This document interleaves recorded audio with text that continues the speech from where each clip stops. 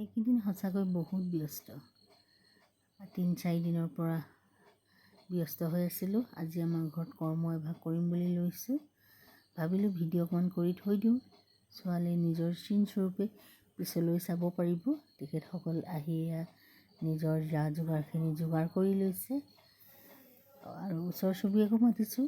2-এগৰাকীকৈ আহি আছে। এতিয়া আমি যি মেইন কৰ্মভাগ সেইভাগ কৰিবলৈ আগবাঢ়িছোঁ।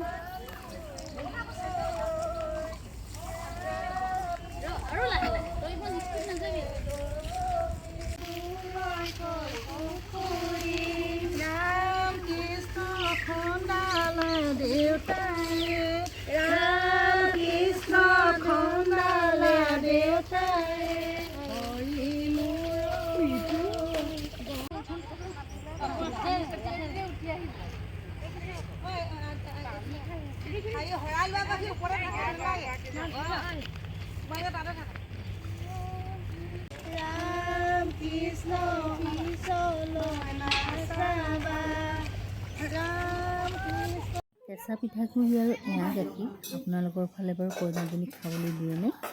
আমাৰ ফালে দিয়ে আৰু আমিও সৰুতে খাইছিলোঁ। সকলো শেষ হোৱাৰ পিছত এয়া গোটেইখিনিয়ে বহি সুন্দৰভাৱে আলোচনা কৰি আছোঁ। পিছৰ যি কৰ্মভাগ আছে তাত কি কি লাগিব কি কি নালাগে সকলো তেখেতসকলে কৈ আছে। মই বোলো ৰখক, মই বহী এখনত লিখি লওঁ, নহ'লে থাকি যাব, আধৰুৱা হ'ব, ঘপককৈ লাগ বুলি ক'লে নাপাম। আৰু আজি এই কৰ্মভাগ ইমান সুন্দৰকৈ পাৰ হ'ল,